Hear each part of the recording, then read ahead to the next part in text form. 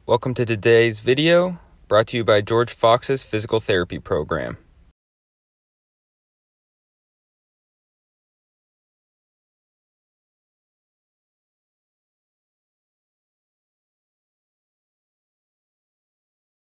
We will begin by watching Forrest squat, and then we'll go into more depth by breaking the squat into 3 phases.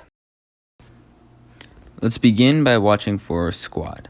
In this view, I want you to notice where his feet are, his knees are, where his thighs are, and how deep he gets. In this view, I want you to notice how his feet stay on the ground the entire time, how far forward his knees go, and the angle of his back.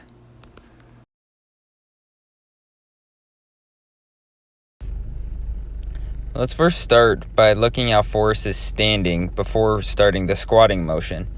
Notice how his feet are shoulder width apart and his toes are pointing out about 30 degrees. Having the toes pointed out allows Forrest to squat to a depth without pinching the muscles on the inside of his groin. Also, pointing the toes out allows him to activate his glutes more at the bottom of the squat.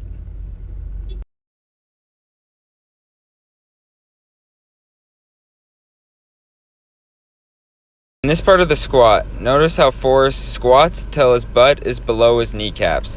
Also notice how he keeps his thighs parallel with his toes, preventing them from bending in.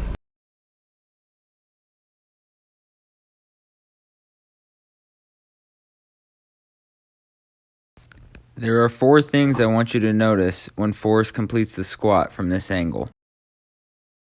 First, I want you to notice how Forrest's feet remain flat at all times on the ground. Second, I want you to notice how the bar will stay over the middle of Forrest's foot throughout the top of the squat to the bottom of the squat in order to complete the motion in the most efficient way. Also, notice how Forrest begins the motion by leaning his chest forward and butt back and not letting his knees translate too far forward. Lastly, notice how Forrest makes a 45-degree angle with his back in the ground. This will allow Forrest to activate his glutes and hamstrings more during the squat.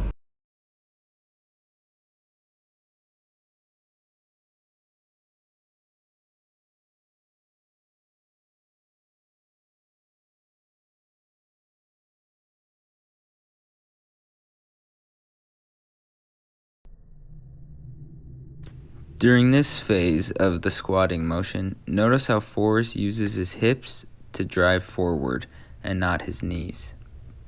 Also, notice how the bar goes in a straight line from the bottom of the squat to the top of the squat.